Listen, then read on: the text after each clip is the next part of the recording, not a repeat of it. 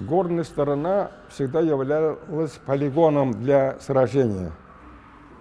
То есть здесь должны были жить пахари, воины одновременно. Да. Вячеслав Абы, не могу не задать этот вопрос, он тоже все равно должен быть озвучен здесь. Что происходило с этой территорией во время Казанского ханства и после взятия Казанского ханства? И, наверное, здесь же мы выходим к вопросу, кто такие крещенные татары, кряшины этой территории. Они боролись за чистоту своей религии, за честь и достоинство своих жен и детей.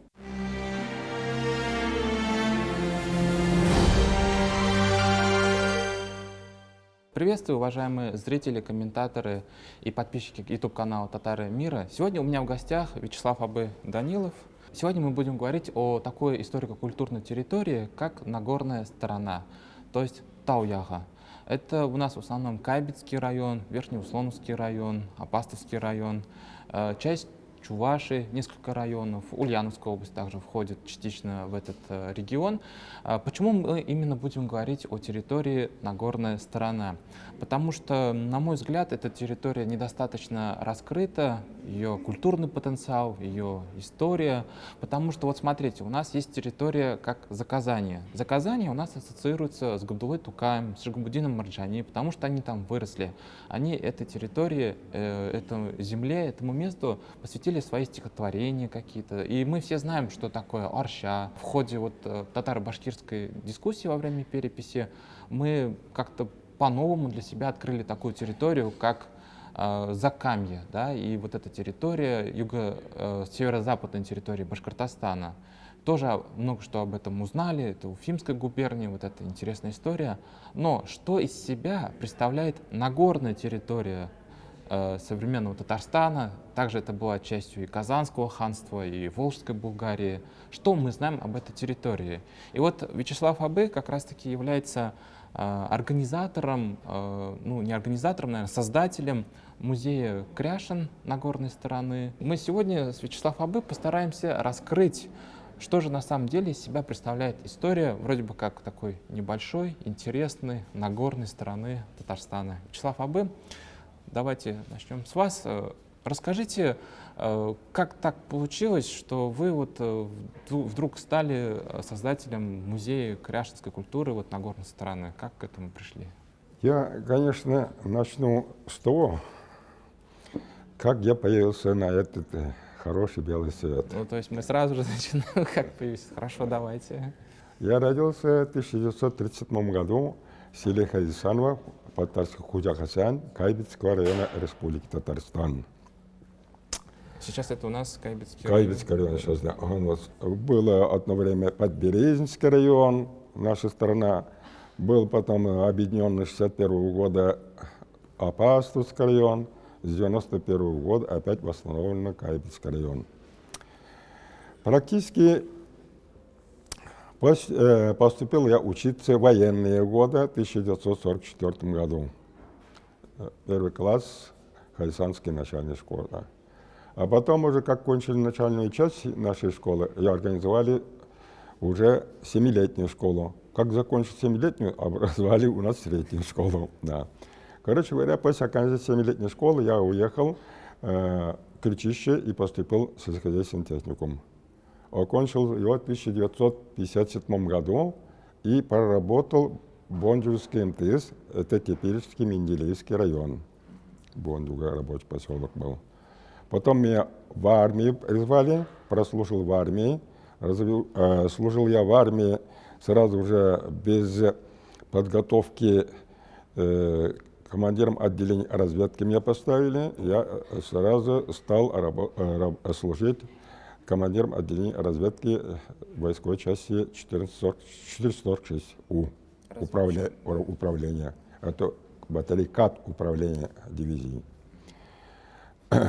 Потому что образование техникуме позволило работать приборами разведки, это буссоли, тедолиты, дальномеры и тому подобное, вот этими приборами, в связи с чем, видимо, нас подбирали таких людей в эту службу.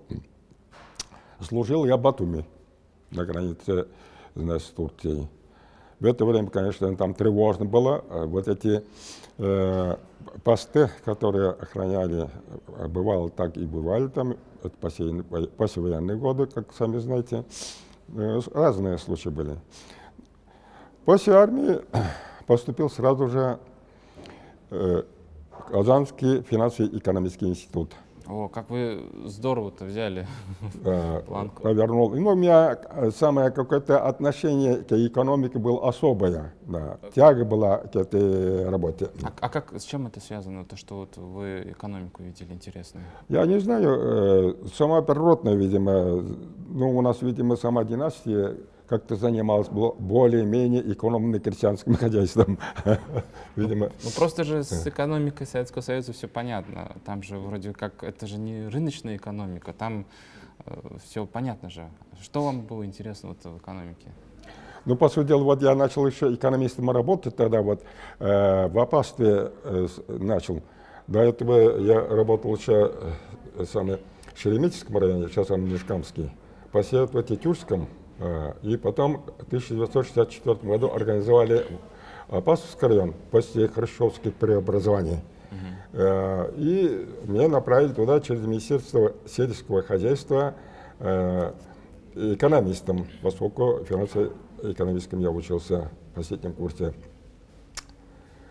Именно эти годы, после 1964 года, это период работы руководителем страны Брежнева Леонида Ильича.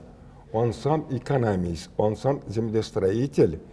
Я по своему кругозору, по своему умению и выражаясь мнением многих того времени советских людей и современных россиян, это последние годы советской власти был наилучшим руководителем страны. При нем стало крестьянство уже поменяло соломенные крыши на железные. При нем люди стали покупать мотоциклы, а потом и машины. При нем колхозники вместо копеечных трудодней стали получать 2 раза зарплату в месяц авансом, как рабочий класс, и потом расчет получали. При нем перестроили все домохозяйства крестьянские село.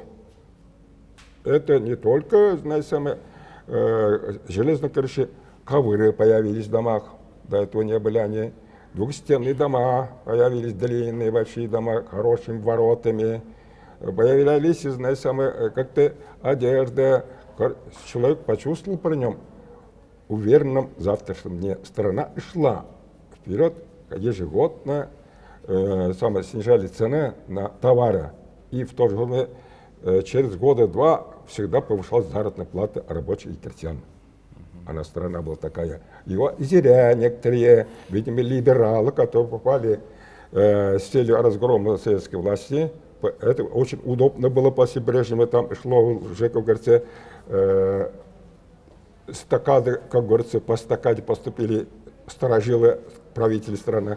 Вот это погубило. Я имею в виду, вот искать, имею вот такое, страна при нем была хорошая. Потом я... Ну, смотрите, Советский Союз развалился. Что потом происходило в вашей жизни? Нет, до Советского Союза еще я работал секретарем райком партии. Да, я более 10 лет секретарем райком партии, я работал... А вот смотрите, вот мое поколение, я родился в 91 году. Прям сам тот же самый год, когда развалился Советский Союз. Вот председатель, как вы сказали еще, райком партии, да? А что это значит? Вот, секретарь райком партии. Да, секретарь райком партии. А что это значит? Вот я вот не понимаю. Это вот, ну, это прям у вас супер руководящая должность или какое-то среднее звено? Вот можете объяснить моему поколению? Потому что я не понимаю. В Советском Союзе существовало партийное руководство. Партия была единственной однопартийной страной, да, коммунистическая партия. Она называлась руководящей, направляющей силой советского общества. Называлась. В связи с чем она выникала во все отрасли этого общества, везде замечала негативы, везде давала задания, как развиваться, везде обучала кадров, короче говоря, управляла всей научно-технической, хозяйственной деятельностью страны и военным делом. В это время и у нас получила паритет и Соединенными Штатами. взаимной обороне. Мы уже страна из лапти полетела в космос, приобрела атомное оружие, ракетную технику, осваивали космос. Первый у нас Юрий Гагарин Так, слетел. какое это имеет отношение к вашей должности, секретарь? Ну, мои должности, вот это развитие страны, моей должности, он может быть только мизерной, может быть частицей, поскольку я частица этой страны, да, мизерная она, да. Но таких же, как я, миллионы были. Ну да. Да. Вот эта совокупность, она, говорится, развивала нашу страну, эта система. Опишите ваш рабочий день. Вот, чем вы занимались во время своего рабочего дня? Рабочий день у меня начинался почти в 4 часа утра. Мы выезжали иногда 5, иногда 4, иногда 6 часов в колхозе, совхоза. Участвовали, как они планируют провести дела, какие задачи выполняют. Ну, совещания, то есть, были, да? Ну, не то совещание, а просто совещание и контролировали, замечали недостатки, подсказывали. Если, не хватало какой-то, как говорится, творческой помощи, или же финансовой помощи, или же такой рабочей помощи, то старались оказывать помощь, или со стороны привлекали транспорт, или там технику, тому подобное, и людей так было. Поэтому же, ну, короче говоря, она, как говорится, жизнь, рабочий день секретаря Компартии проходил в массе людей, а не где-то кабинет. Это вы, то есть, какими-то консультантами были, да? Вот, Не только консультантами уже. Это, я же сказал уже, сначала же партия являлась организаторской направляющей силой. Она, как говорится, если Центральный комитет устанавливал задания, планы на 5-летие, вот должен добиваться столько зерна, должно получить, столько должно быть, молока производить, сколько-то, производить там за картофель, там подобное. Посмотрели, для выполнения у них соответствует выделенная площадь для получения, прям сказал, 100 миллионов тонн для пленара. Нет, так, вместе планировали, изменяли. Если, что-то хорошо идет, хвалили. Да. Что-то такое прям надзорное получается даже отчасти. И была и партийный контроль. Партийный? Да, специальный орган был партийный контроль, был народный контроль. Поэтому там ведь люди спали спокойно. Мы ведь окна железные решетки у нас не было. У нас двери деревянные были, открыты были. Замками не запирали. Мы жили открыты, свободно. У нас не воровали, у нас не тащили. Это конец советской власти, когда я же говорю, когда эти демократы, которым нужно было развалить страну, когда они полезли к власти, вот Яковлев, идеолог Михаила Васильевича Горбачева, он же идеолога развал страны сделал, предатель, да, надо же развалить такую мощную страну Советского Союза. Народ ведь в дружбе жил, поддерживал друг друга, согласен жил народ. Это потом уже стычки пошли, когда уже создали раздор. Поэтому многие мечтают о Советском Союзе. Вячеслав Абы, как вы встретили непростые 90-е годы? Что в это время происходило и кем вы работали в этот период? Ну, 90-е годы мне вот после секретаря Компартии перевели в Казань. Я работал сначала заместителем республиканского объединения «Татсельхозхимия» по экономическим вопросам.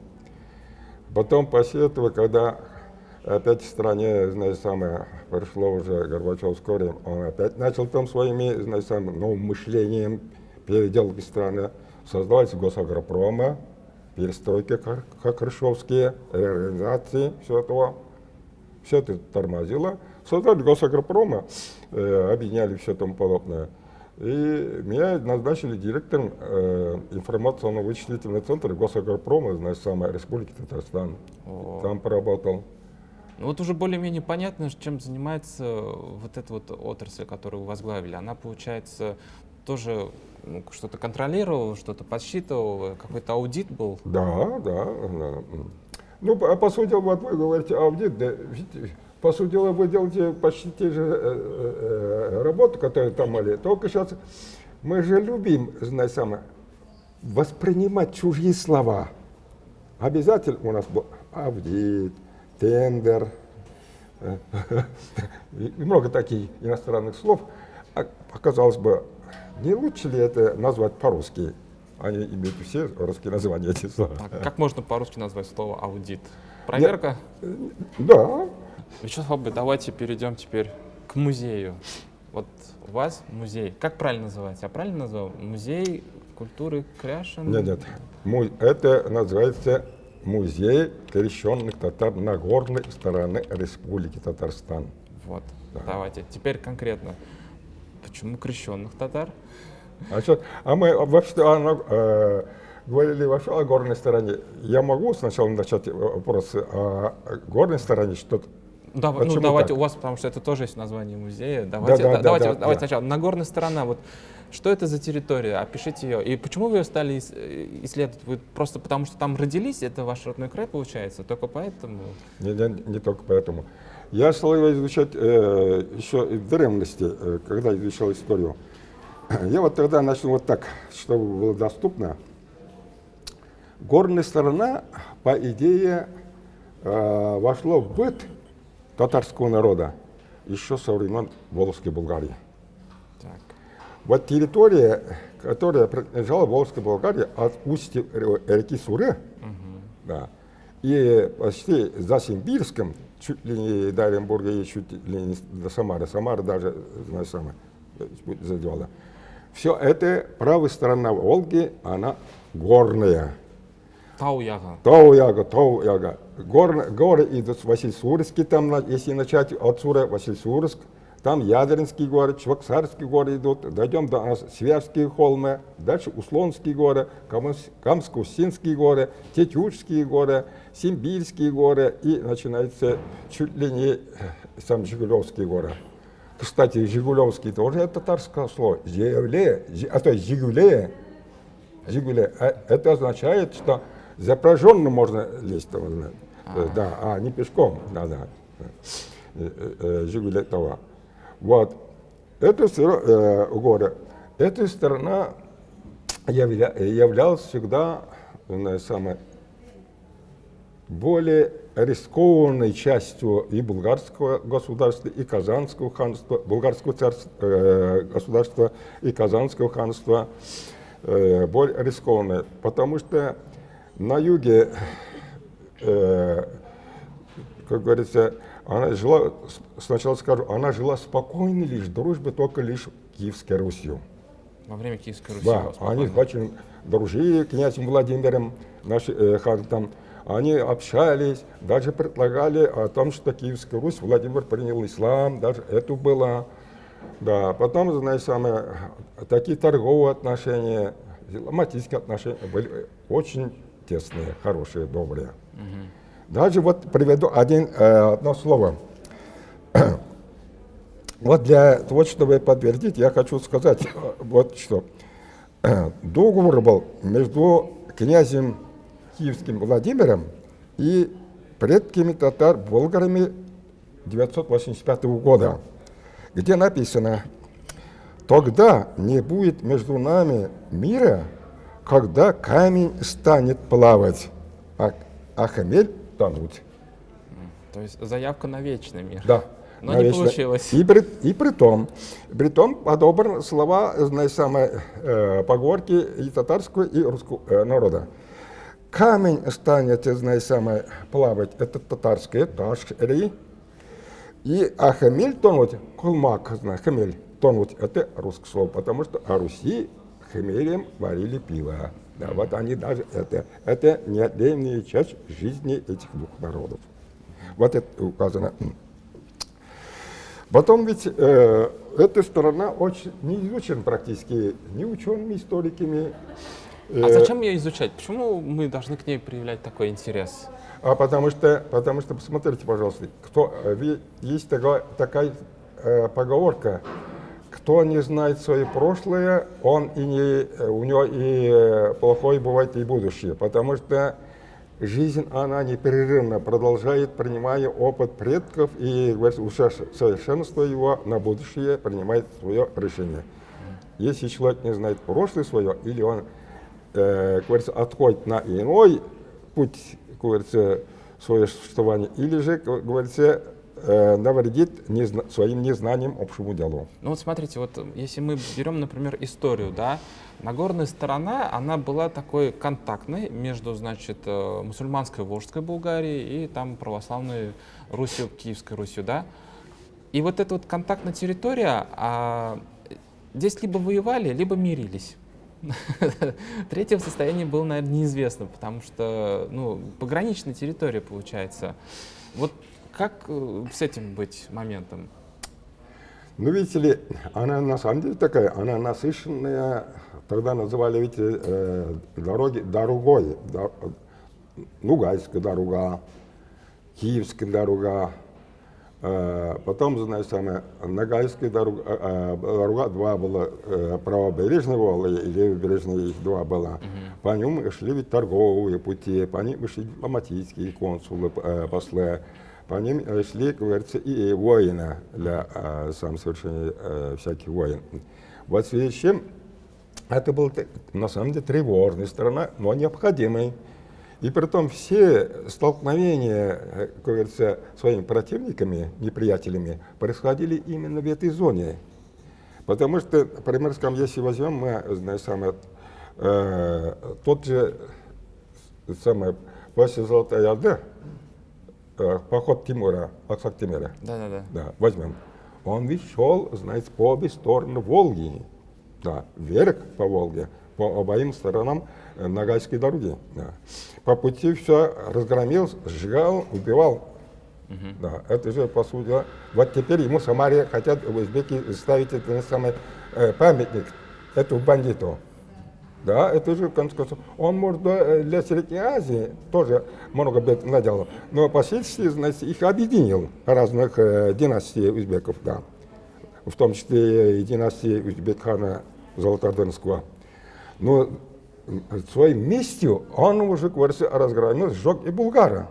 Ну да. Да вот наши предки деревень, вот да, майорная деревня, Малькеево, Курбаши, все жертвы этого похода.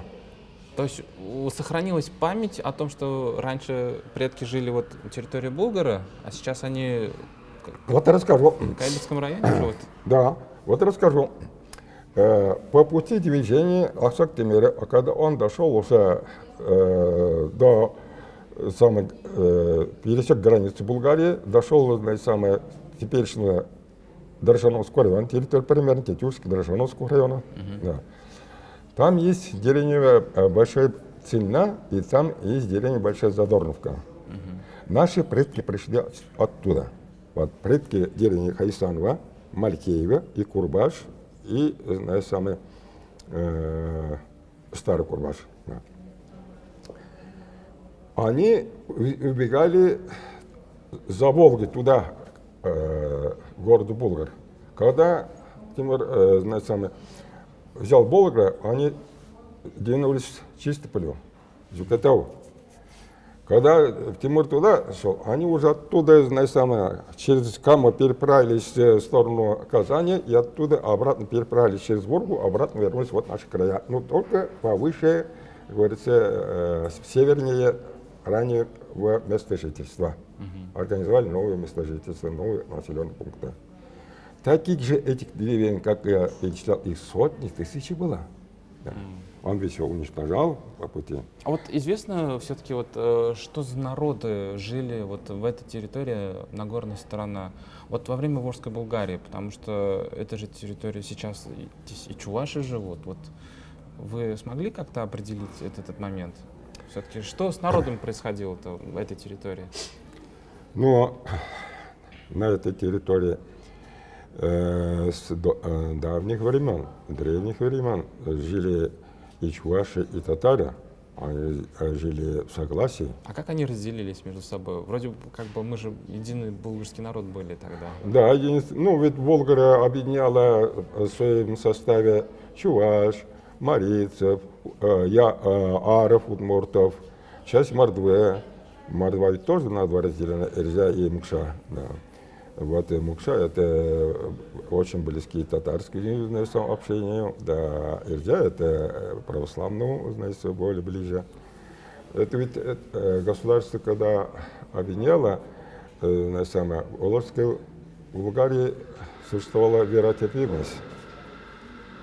Они не насильствовали переводить свою религию исламскую. Она была принята в 1922 году, да, и после этого ведь насильственным путем ни Марица, ни Удмурта, ни Чермиса, ни Чувашия не переводились. Они добровольно, когда перешел, да, сохранили такое, значит, был добровольный переход, а насильственного перехода не было.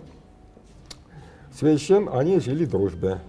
Вот я не знаю, конечно, не солидно, может, и вспоминать. Я прочитал одну книжку еще 60-е годы. Это Калашников был, марийский писатель.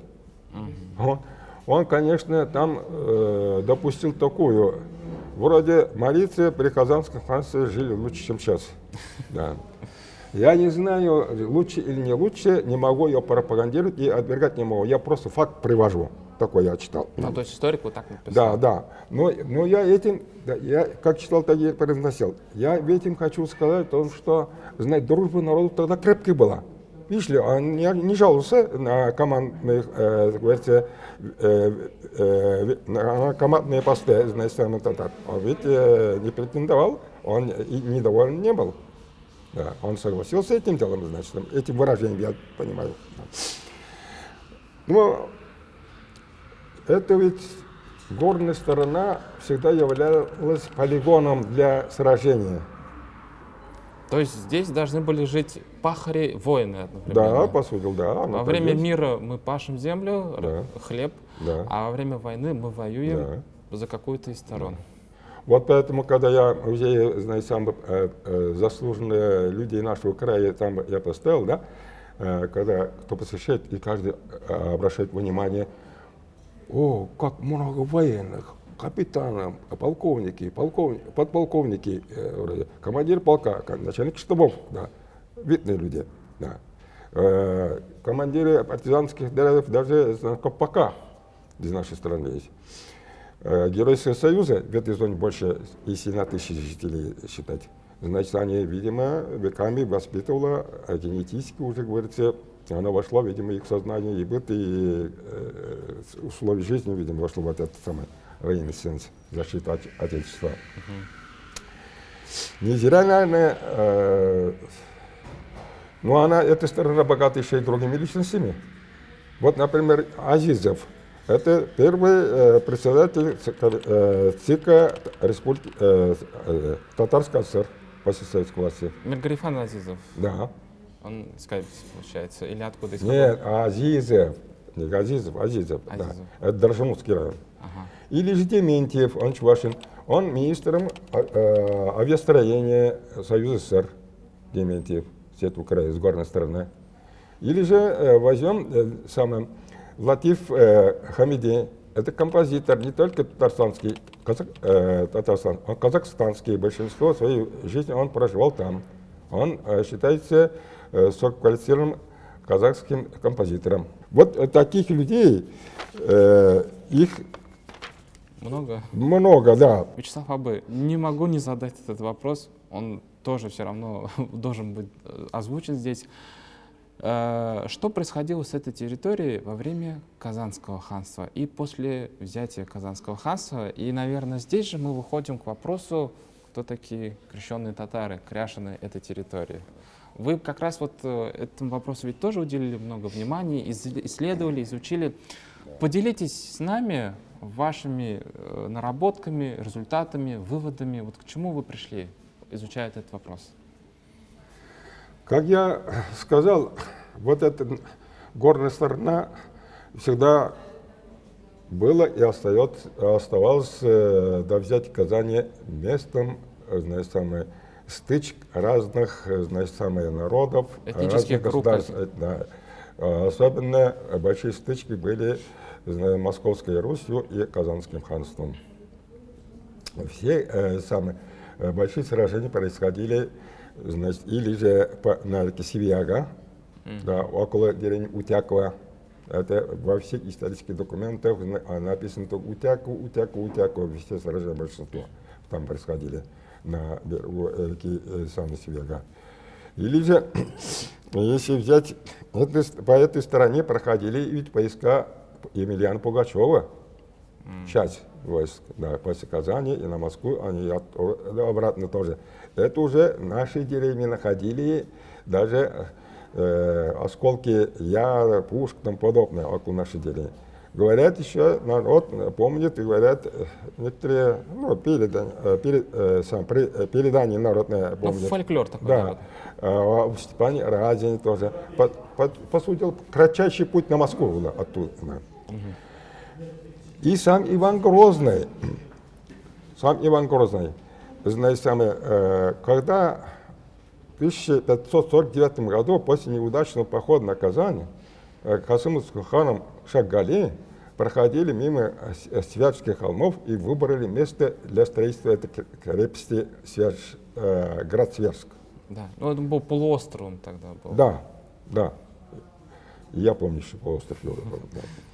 Вот, теперь пешком еще проходил.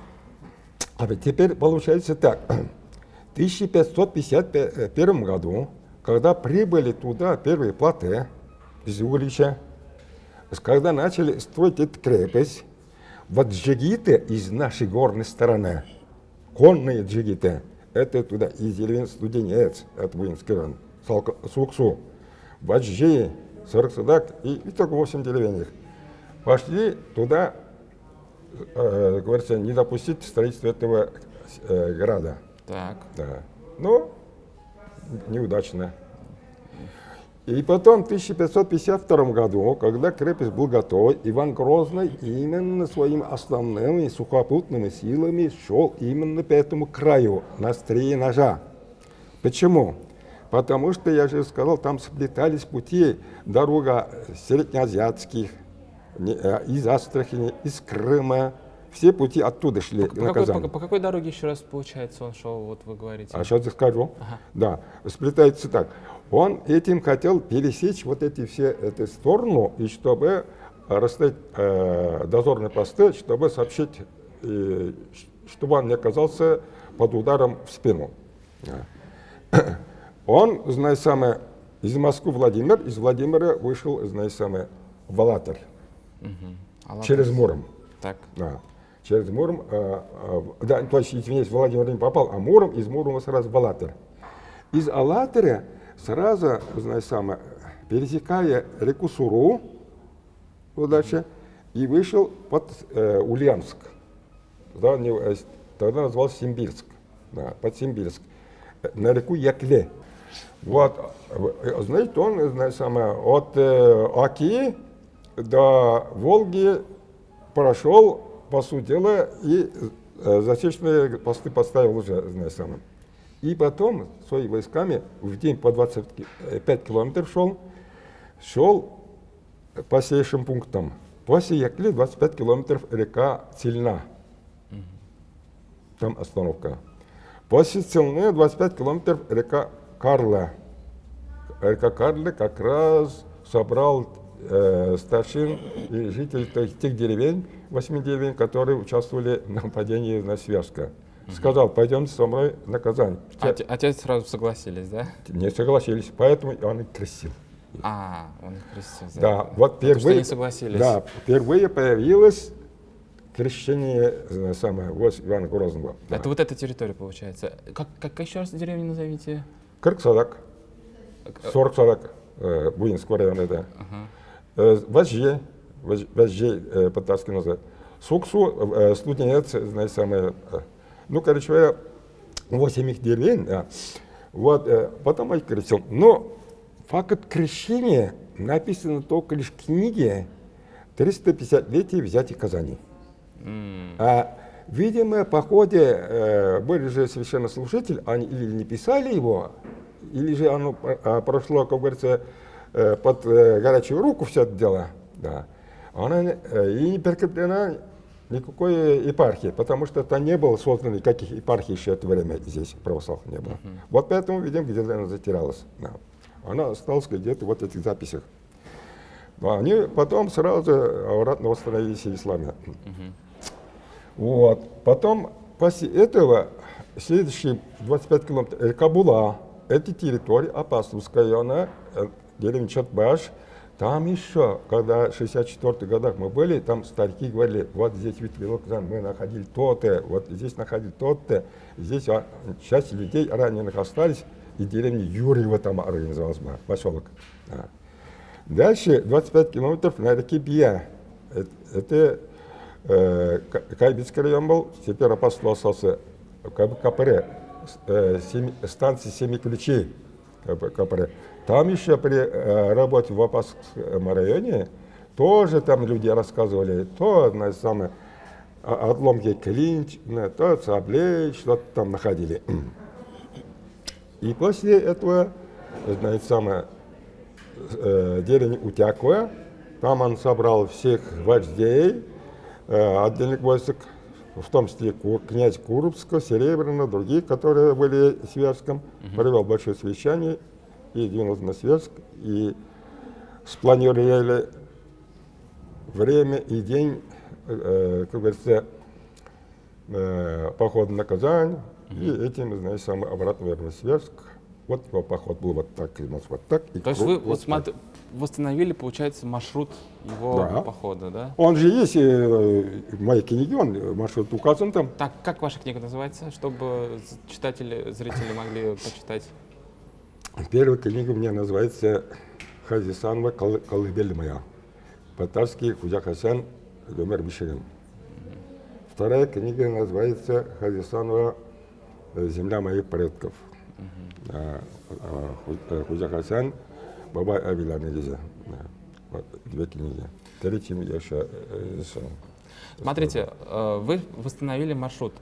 Дальше вот Казань пала, все, она теперь присоединилась, вошла в русское государство. Мы знаем вот то, что марийцы поднимали, например, восстание всячески, да?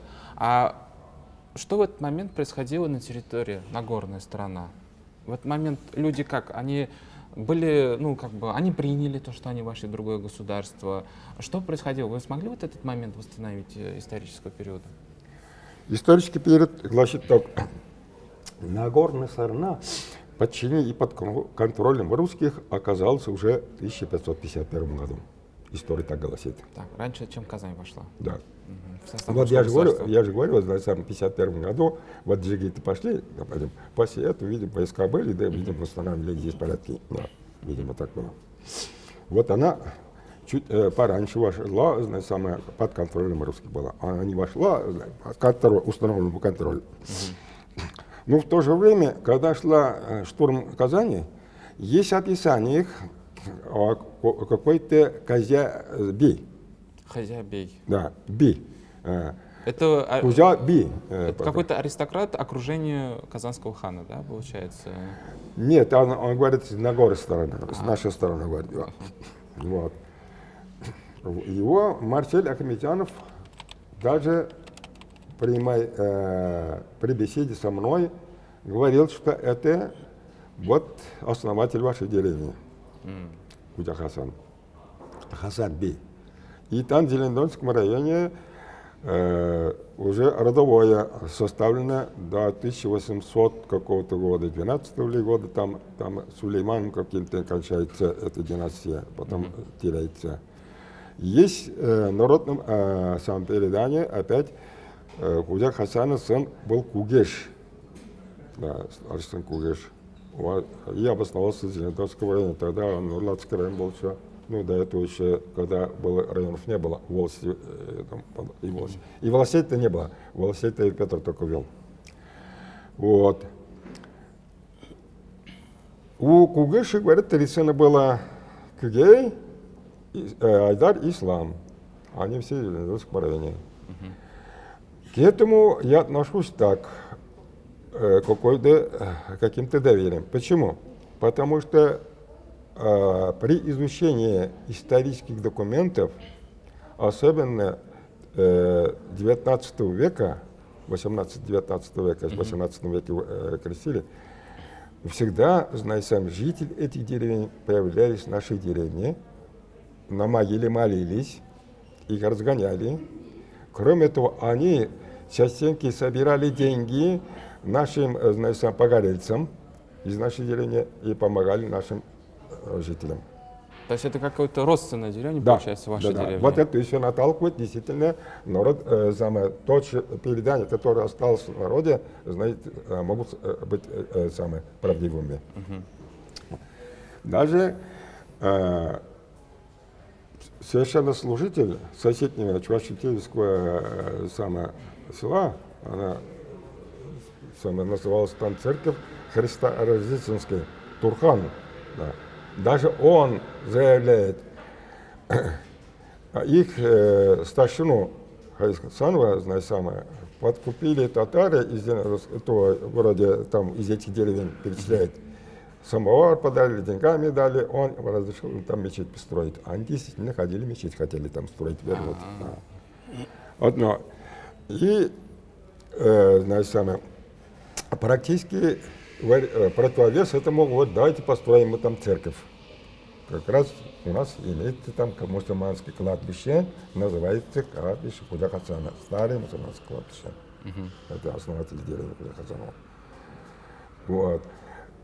И в связи с чем, есть в народе разговоры такое, когда в 1740-х годах крестили наши деревни, да, там единицы шли с 1735 шло. Ну, там волна христианизации такая была как раз в Российской империи. Организовалась же в 1731 году новокрещенская контора в Свияжском. Опять на горной стороне это делали.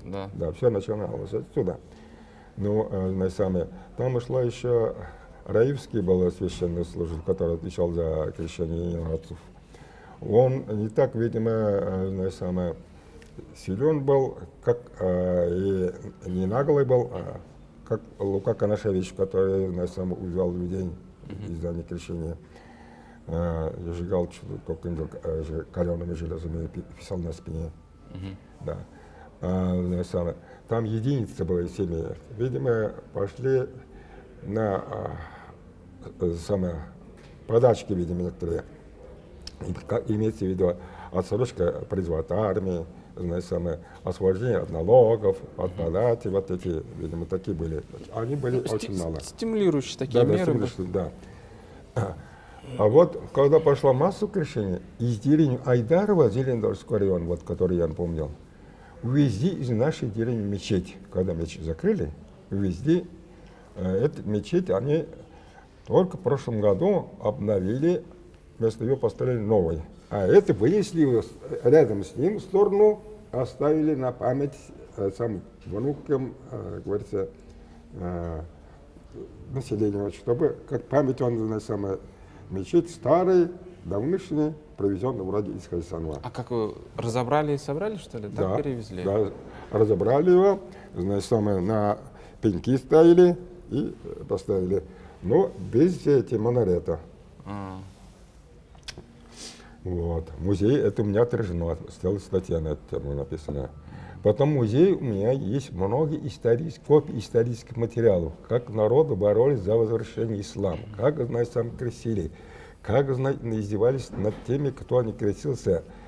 Были факты, несколько фактов приведены таким. Даже чуваши, не хотели креститься, вышли замуж за татар. Три семьи в одной деревне вышли за татар.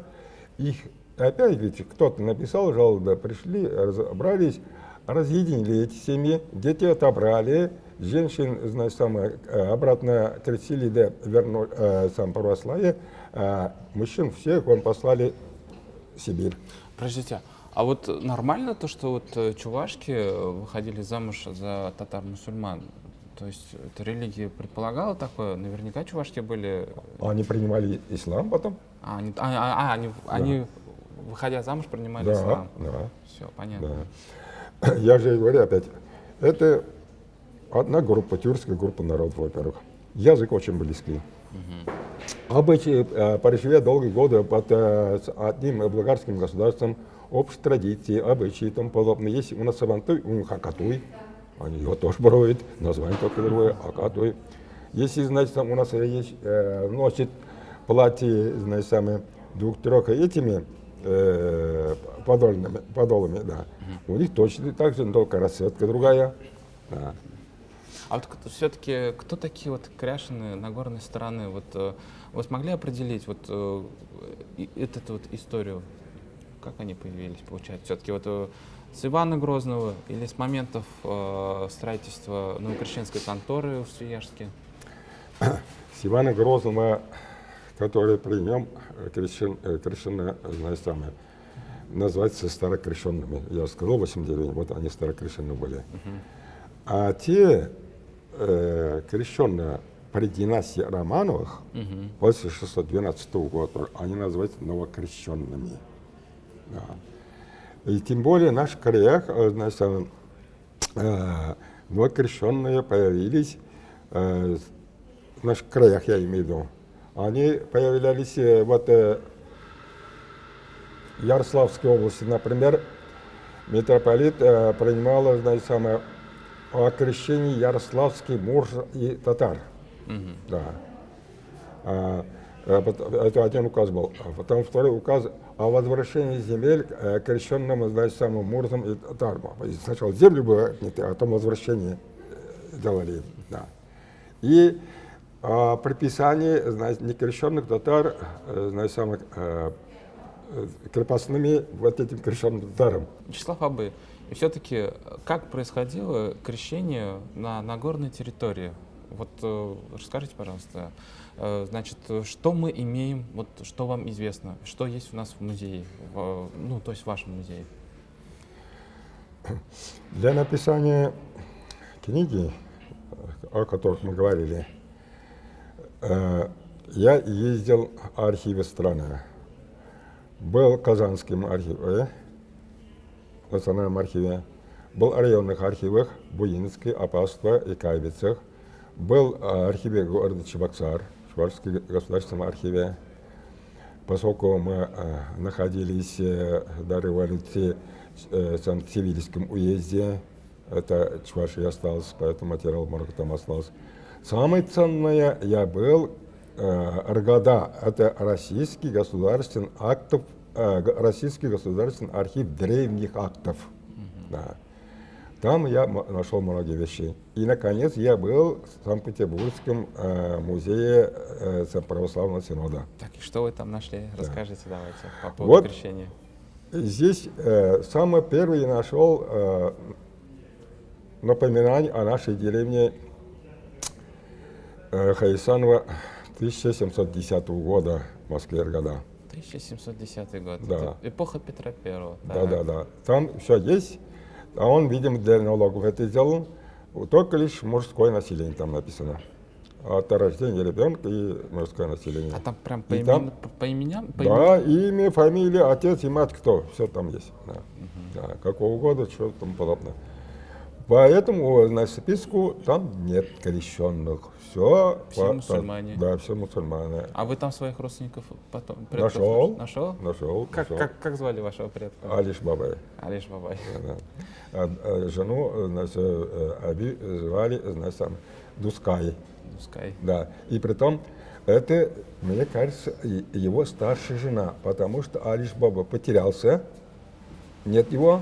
Сыновья остались двое только. Тутай его сын был, Тутая нету.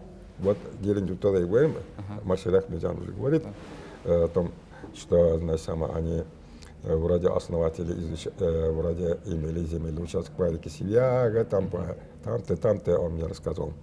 Ну, короче говоря, это есть. Второе я нашел переписи от 1717 по 1722 год. Там тоже есть полностью и женщины, и дети, и все имена самых. Всех жителей, в общем, да? Жителей, да, самые татарские имена, татарские фамилии.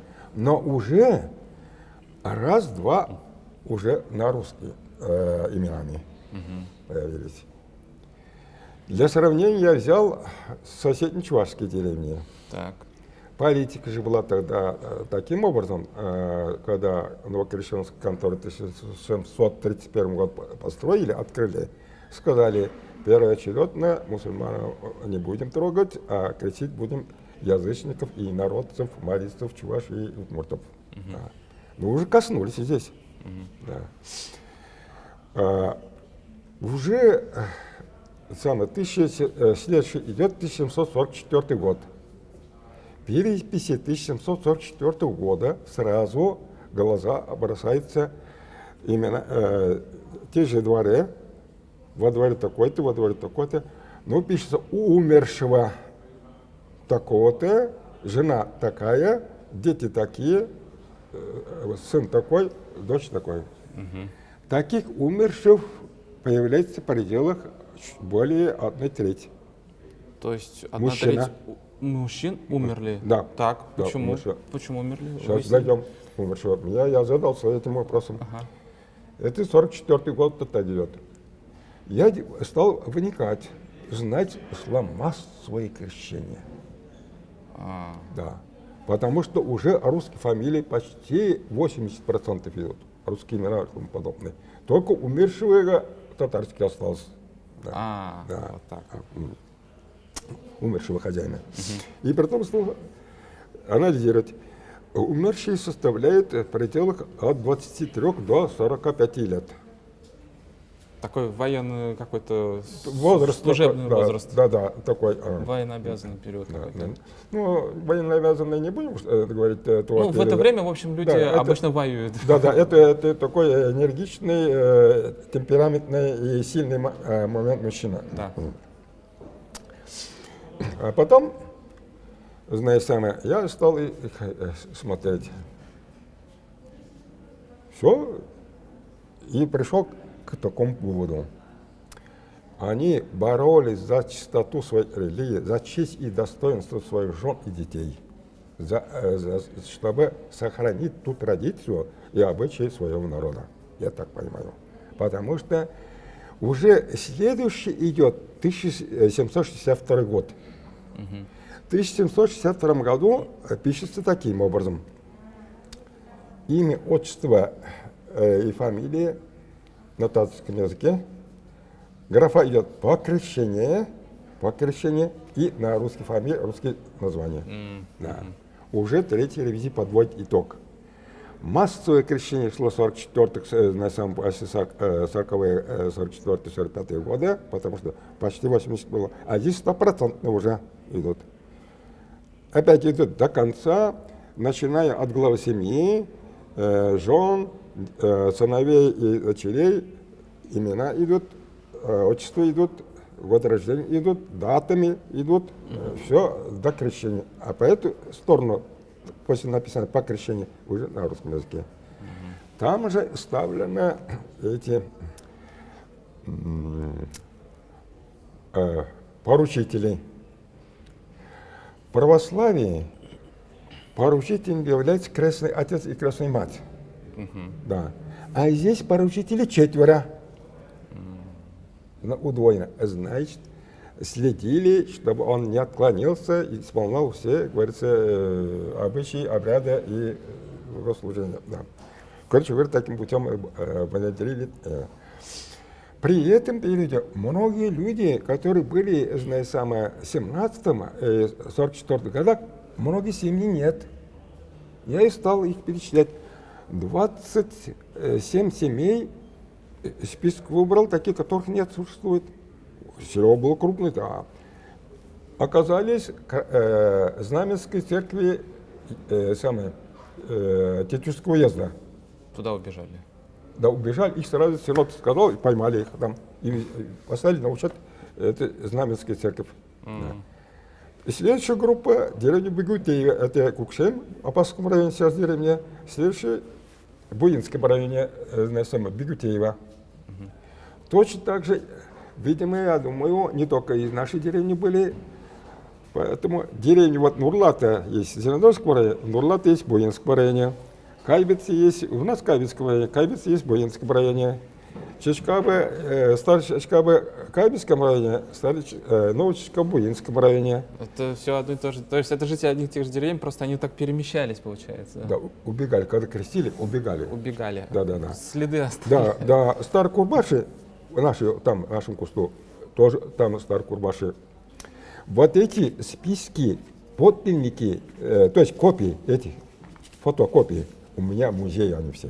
Ох, Как Да. прекрасно. Любой человек сейчас, вот, который хочет, знаете, познавать свой род, выход откуда пришел, если хочет познавать, может прийти и в себе найти своих предков.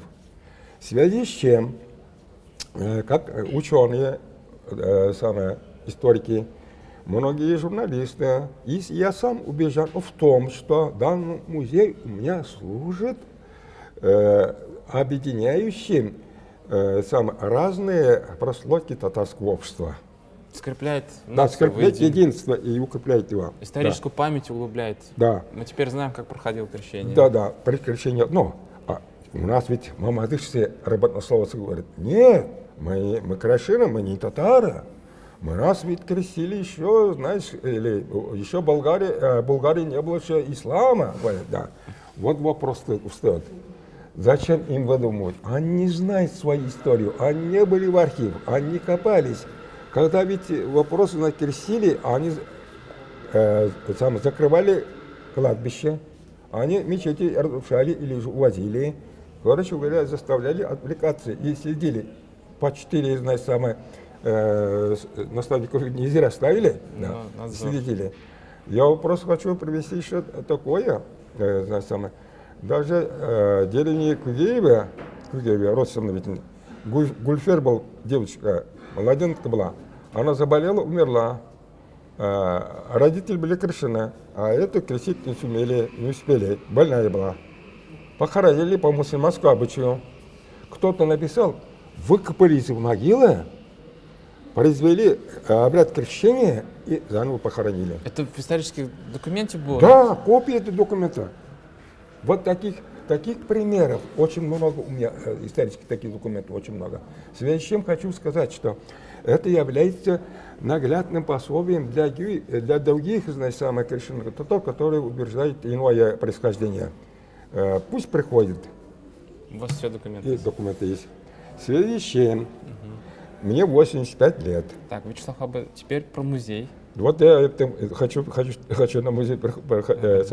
Мне 85 лет. У меня уже возраст уже становится дряхлым. Еще, и, как говорится, я и содержу, за свет надо платить, за газ, за отопление надо платить, за землю надо платить, за охрану надо платить, за уборку надо платить. Я ведь свою пенсионную, как говорится, выплачиваю эти свои карманы. Чтобы представить этот ваш музей, сколько там квадратных метров? 220.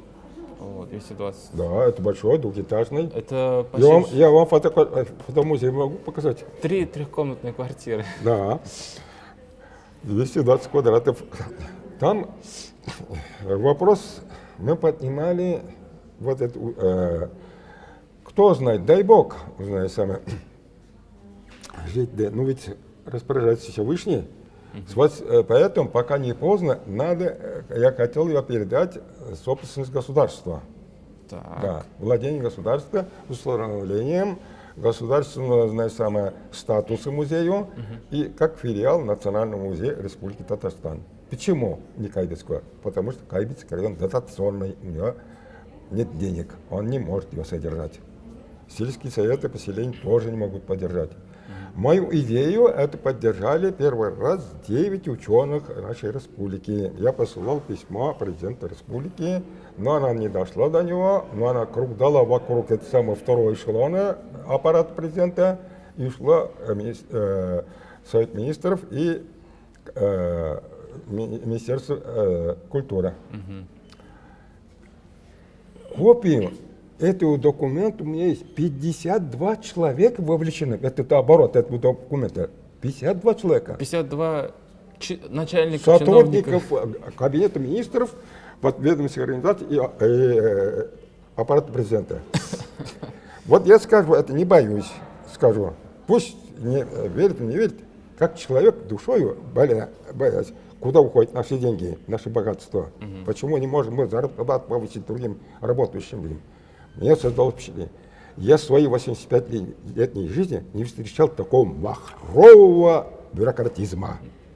Мы советская власть говорили бюрократический там способ. А это что? Свобода слова у нас есть, мы говорим много.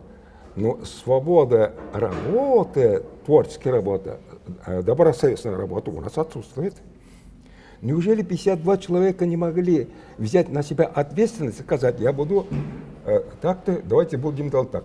Никто из них ни за что там никакое предложение не выносил. Никто не выносил. А прошло год.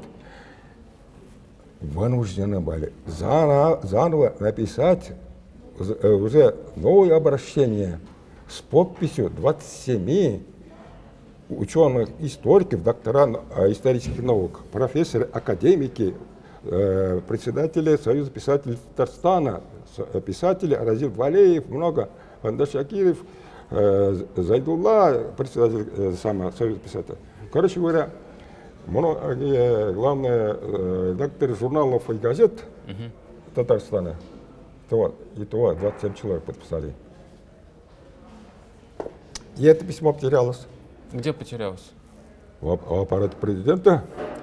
Пришло, когда я этот шум поднял, пришло ко мне уже через 2 месяца, да знаете, самое уведомление. Мы же письмо послали 3 адреса. Одно президенту, второе, знаете, самое Шаймиеву, третье Сафарову. Вот, как, видимо, услышали, я такой, знаете, тамошной. Да, не даю, не успокоюсь, пока я, знаете, сам справедливость не постигну, не достигну. Да. В связи с чем, знаете, самое, в одном пакете, с одним числом, 2-месячным срока, знаете, самое, ко мне пришло уведомление о получении моих писем отделом, то есть управлением писем и приема граждан. Расписалась О.Р. Биттимерова. Так. Да. Ну, я написал свое число, которое число мне его вручили. 2 месяца. 2 месяца. Да. Ответ... получении. Сейчас. А ответа так и нет. Ответа нет. Я много раз был вынужден звонить в Министерство культуры. Понятия крещен нету.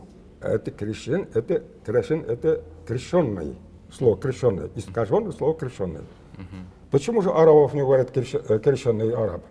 Православный араб, араб-мусульмане говорят. Почему у нас мы говорим крещен, и, знаете, самое, татар, сами разделяем.